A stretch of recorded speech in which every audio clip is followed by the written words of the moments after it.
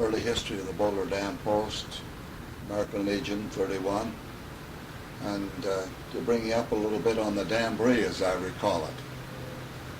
So first of all, let me say this. I became acquainted pretty much with American Legion in a sense long before I was eligible for membership. Way back in the year about 1933, I would assume, the marker on the grave out there would best tell all. American Legion member John Abercrombie, who was a charter member of the post, passed away, and he was the first buried at our cemetery, which was acquired at that particular time. Up until that time, we didn't even have a cemetery in Boulder City. It was necessary to take the remains to Las Vegas because we didn't have anything like that. So I well recall blowing taps over John Abercrombie's grave. And like I say, he was the first one buried out there. And of course, since that time, I perhaps blew taps over 90% of the veterans' graves that are out there. Now that is if that service was required or requested by members of the family. So that has been a rewarding experience for me. It's something that I've sometimes is a little difficult to do. You may have known the person real well and you had a belly full of butterflies when you started to blow those taps, because taps are so meaningful.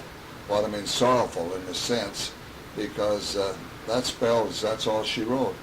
There's no more. After the volleys of Ralph of fire, then comes the taps, and so that's the way it goes. So that was some of my early experiences with American Legion, and I might say as to my music, playing in a dance band throughout those many years. I played many Legion dances up at the old Legion Hall there, and even some out to Railroad Pass.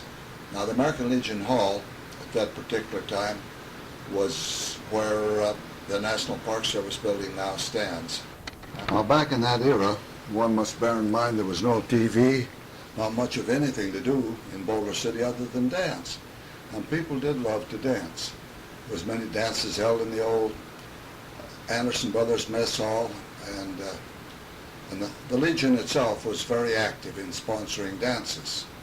Some of the old-timers I well recall is the late Mike Locks, who was gone down through the chairs in our post, and others who really got behind dances and pushed them, and they made money out of them, such as sponsoring a dance out to Railroad Pass, maybe where admission was charged and so forth.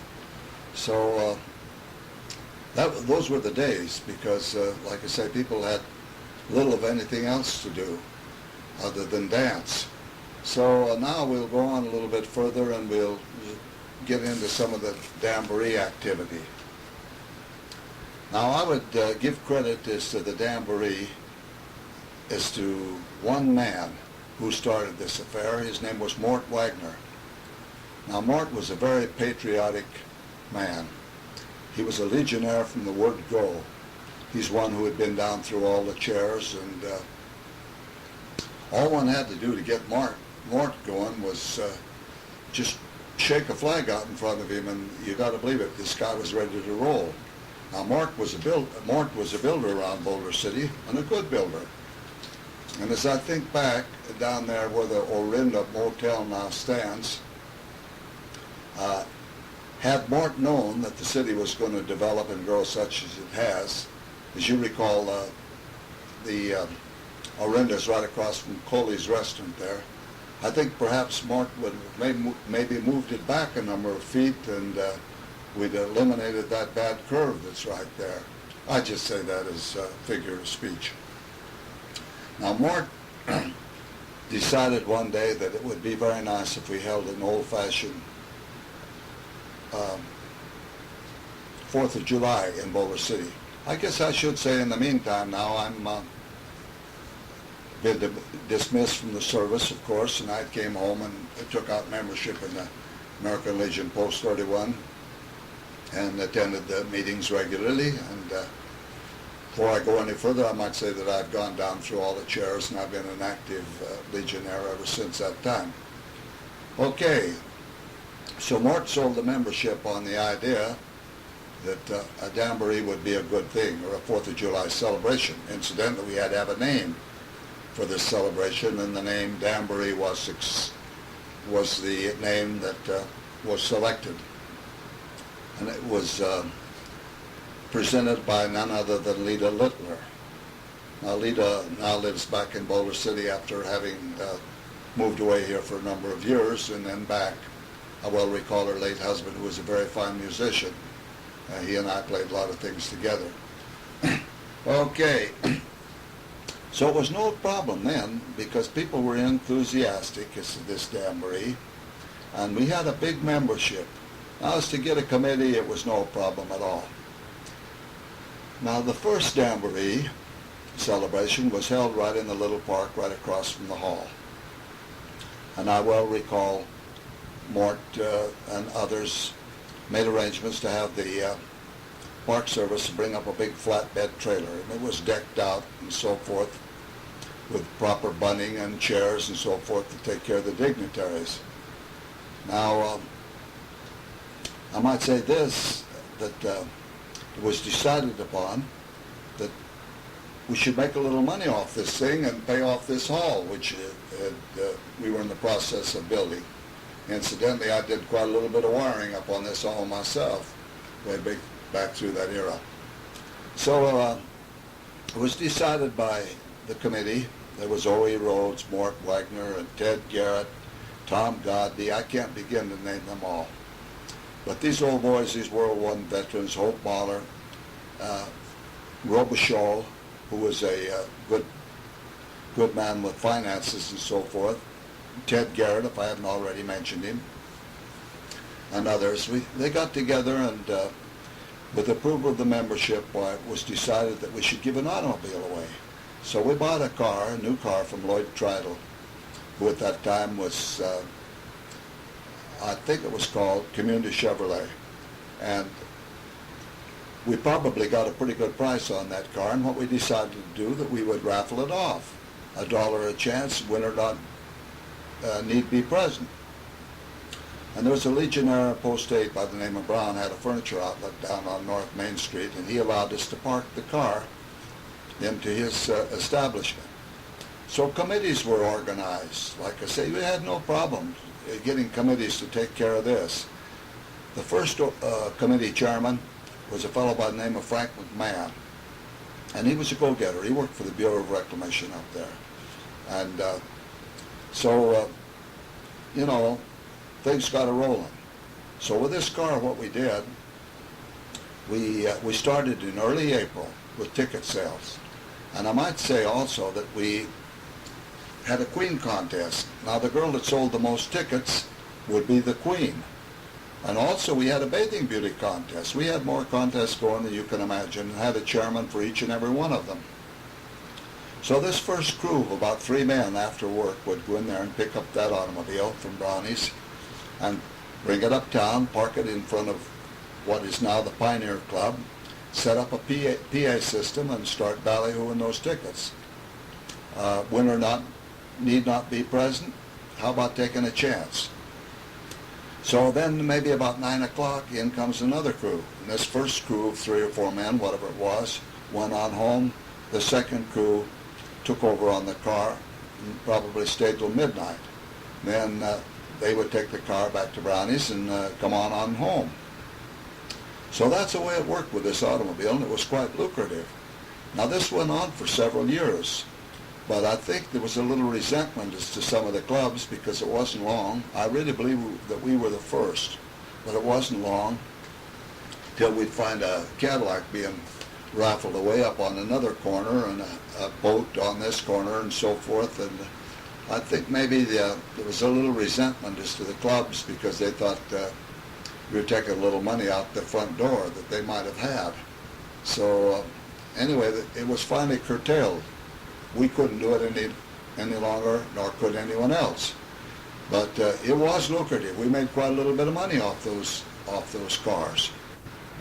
Now these queens, I think that first contest there that year of 1948, when we give that car away, we possibly had a dozen girls selling tickets. And of course, as previously mentioned, the one that sold the most tickets was to be the queen of the contest. My own daughter, Barbara Jean Nelson, now Ursenbach, was in the contest, and she worked very hard at selling these tickets. And of course, any Legionnaire that sold tickets, he could put any girl's name he wanted on. So it was learned early in the contest. Now we started this car off in about April, and it was learned early in the contest, maybe as early as the latter part of May, that my daughter was well out in front of anybody else and looked like she had it in the bag. However, no way could we let it be known, because we were interested in ticket sales, so we wanted to keep all these girls moving. Well, anyway, that's the way it went as to that first Damboree. And how well I recall, I think Pat McCarran was very instrumental in giving us a big helping hand. Now, as to the 4th of July, as we all realize, to get a high school band or something like that today, it's almost impossible. These schools out. Any other time of the year, if the 4th of July was held other than when it is, why, you'd have no problems getting half a dozen high school bands. But anyway, through the late Senator Pat McCarran, we were very fortunate because he lined up the El Toro Marine Band to come up here and play in concert for us, and they also marched in the parade. As best I can recall, we had them in the parade for about 2 or 3 years. So that was no problem as to a band at that particular time. So our first Damboree went off real good. And I might say this, in addition to our celebration, why, we had a big kickoff dance. And this was held up at the administration building up on the hill. There's a beautiful tennis court up there, all covered with vines, which now is nothing more than a parking lot. Well, anyway, to have this big kickoff dance up there, it involved putting up lights and getting a piano up there and what have you. Well, as to me being a musician, I lined up the band. And so there was a lot of work to that too, because also being an electrician, I found myself putting up the lights and what have you along with it. But there was no problem, because you had help. All you had to do was snap your fingers and someone was willing to help you. So for several years there we had a kickoff dance, you know, along with it. And the fireworks. Now, as to the early part of the Damboree, we took care of the finances of the whole darn thing. And of course, as we know now, the Damboree has grown considerable over the years. And we've had a wildcat by the tail that we couldn't let loose of. And that's for darn sure. Well, anyway, going back to the first Damboree again, as to the celebration in the park. Being a parent of Barbara Jean, how pleased I was when L.R. Douglas crowned her the queen of the first Damboree. And of course, since that, there's been many others. In recent years, perhaps the last dozen or so, they're more or less just, I don't know, been appointed, you might say, in a sense. There was no contest, no nothing. Now, this Bathing Beauty contest, I also had a hold of that myself. I acted as an MC and did all the publicity and lined up the judges. That was another thing that I did, you know. I jumped, of course I was a lot younger than I am now, and I jumped on any and all kinds of committees and did the best I could to make a go of it. And right at this time, why, I've been active in every Damboree that has been staged. Okay, after about 3 years in that little park there, why, the park outgrew its size because we were getting a lot of participation from people in the community, and they looked forward to it.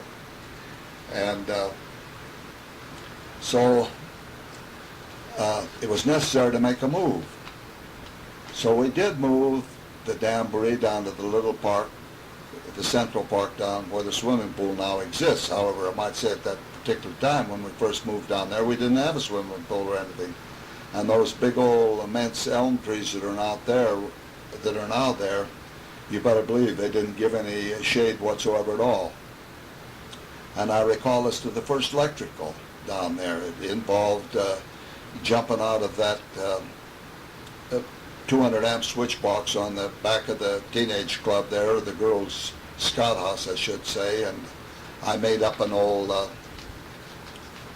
multibreaker panel, a fuse panel, to take care of the circuits. Now, the booths did not come into existence, to the best of my knowledge, until about the year 1951, or right about in there. Under Commander Art Hurd, he had a brainstorm that we've got some of the structural steel like that we have, you know, that we build the perforated holes and what have you, that we could build booths and rent them out for a little money, make a little money off that thing. Well, believe me you, that's turned out to be a good workout for sure. And sometimes I wonder if it's as profitable as it should be, because taking them down and putting them up, it's just one big heck of a job. And back through the years, I would be a bit surprised that I might have almost worn out a pickup or two of my own in hauling those booths, because there was years back there when my pickup did it all. Needless to say that after these many years of use, that those boots are pretty badly beaten up, that's for sure. And it makes you wonder how much longer they can take it. Really, like I say, that's a big workout, those boots, as far as I'm concerned. Now, there was, back through the years, being the electrician, like I say, I wired them all up myself. As of today, fortunately, why, we have help. Dan Prochnow has taken over on those booths, so I just kind of back off and let him do that. Going back again to the bands, after the El Toro Marine Band, we no longer was able to get any other bands, so there's been a time or two, the late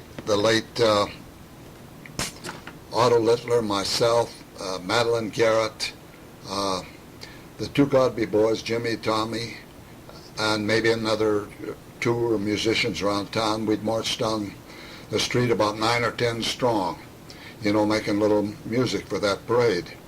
And by the time I got down there, just that one trumpet blowing, you better believe it, I thought somebody hit me in the chops with a baseball bat. So, incidentally, I might mention that I'm a charter member of Musicians Local 369, and it so happened as to this, why way back in the early era of about 1932-33, Local 369 had been issued a charter, but they couldn't hold it because they didn't have enough men. So they had to come out to Boulder City and recruit a few of us. So anyway, as to a band that I'm going to mention now, maybe I had a little bit of inside track in making it possible as to being a member. We've been very fortunate for over the last 20 years or so of obtaining a very fine concert band, which comes to us through the courtesy of Local 369, and which has been made possible by funds from the recording transcription industry. Now, this is not a marching band, so we're still lacking bands in the parade, but they do supply us with a beautiful concert each year, and it's been one of the highlights of the Damboree. People really look forward to hearing this fine band. Now, it's been quite a number of years since we last had a bathing beauty contest. We had to kind of drop that because we just didn't have the manpower, or maybe the incentive to go ahead and work it all out. But the last few years, as to the Queen contest, that has been sponsored by the business and professional women here of Boulder City, and fortunately we've come up with a Queen there without exerting ourselves. So that's been a big help. But with the Elks in on the last two or three, why, you know, it just takes both organizations to handle what's being done, because over the years this thing has grown. It's grown immensely. And the average age now of even a World War II veteran is something up in the mid-60s, so as you can see, we're not getting any younger. We have a post membership of about 145 or 150 members, but we actually have trouble getting a quorum together to hold a meeting even. Of all this membership that we perhaps have only about 8 active members, people that you can count on to do things. As to my personal self, I've maybe felt it a moral obligation, a community obligation, whatever you want to call it, to participate in this Damboree, of which I've done each year over the many years that it's been in existence. I've never taken myself out of Boulder City on the 4th of July. I've been here for each and every one of them. But I might admit right about here that I'm tiring a little bit. I'd like to go on a little bit further before I wind this up, because there's a couple of things that I've omitted. Like I say, I'm playing all this and telling you all this right off the top of my head. How nice it would have been if I had kept a journal. But what I've told you is pretty much accurate as I remember it all. Now, after the cars were no longer given away, we may have tried another 2 or 3 things, such as a merchandise order, and I recall maybe even giving a deluxe television set away. Several things like that. But we finally wound up with giving away savings bonds. And I'm not going to blow my own horn, but I do believe that I made that suggestion that might be a good idea to go with savings bonds, which was adopted by the membership, and we've been going with that ever since. I would like to go back, tell you just a wee bit more about my activity in the Legion, going back into the year 1936. I was instrumental in organizing and directing a drum and bugle corps. With the aid of Keith Hickman, who was a very fine drummer, who now lives in Las Vegas, why, he taught the young drummers all the rudiments of the drums, and I taught the kids the bugle. So, and we had some good help right there too, as to one guy, a very fine man, Luke Whalen, who was a good member of this post. And he assisted with the marching and so forth. Now, we kept that thing together maybe for a couple, 3 years. But in 1936, as best I can recall, that drum and bugle corps went upstate as to a competition and took first place in drum and bugle corps competition. Now, needless to say, Hickman and I were real pleased about that. Now and then when I see him, why, we even talk about that drum and bugle corps, and we reminisce a bit. So I thought I just might mention that to you. I would like to mention one other thing, as to the Queen contest again. Now, after the cars were given away, and we tried other gimmicks with the girls, as incentives. We give them a percentage on the amount of tickets that they sold and so forth. But I don't know, it just didn't seem like it could win out. We were just bucking our head against the wall. The girls lost interest, and it wasn't too many years after that no way could we get girls interested in that. And as I previously mentioned, we're grateful right about now that the business and professional women have taken on that responsibility. But all good things, I guess, they eventually wind up. And even as to this concert band that we're getting, why, we're very fortunate, because I think maybe only so much money is allocated to an area, and there's probably quite a bit of demand for that money for music concerts and so forth. So what the union's after is for some matching funds. Well, right up to this point, we haven't had to come up with any matching funds, and I don't know, I give them a real sales pitch telling them that we reach many more people with this concert than any other concert that could be played in the entire area. And I think there's some agreement on that. And also we've had people, requested people to write in and express their appreciation to Mark Deli Masagli, the president of 369, which they have done. So it's been my pleasure every year to, to have a hand in getting this band. But as has been said now, we're working this thing with 8 active members. And that's about it out of the membership that I've stated. I don't know, guys have just lost interest. And it appears to me that if one of these days, if we can't influence some Vietnam veterans to join the American Legion, why, what are we going to do? I fear that the American Legion is going to go by the wayside. No way can you keep it going. Now, there's many projects that we used to carry on in the Legion. Oratorical contests. How could you carry on such things as that with so few guys that take a part in doing anything? So I don't know what we do right about now without these 8 that we have that are active. But as my personal self, I've reached a point now where I think it's just about time to step down.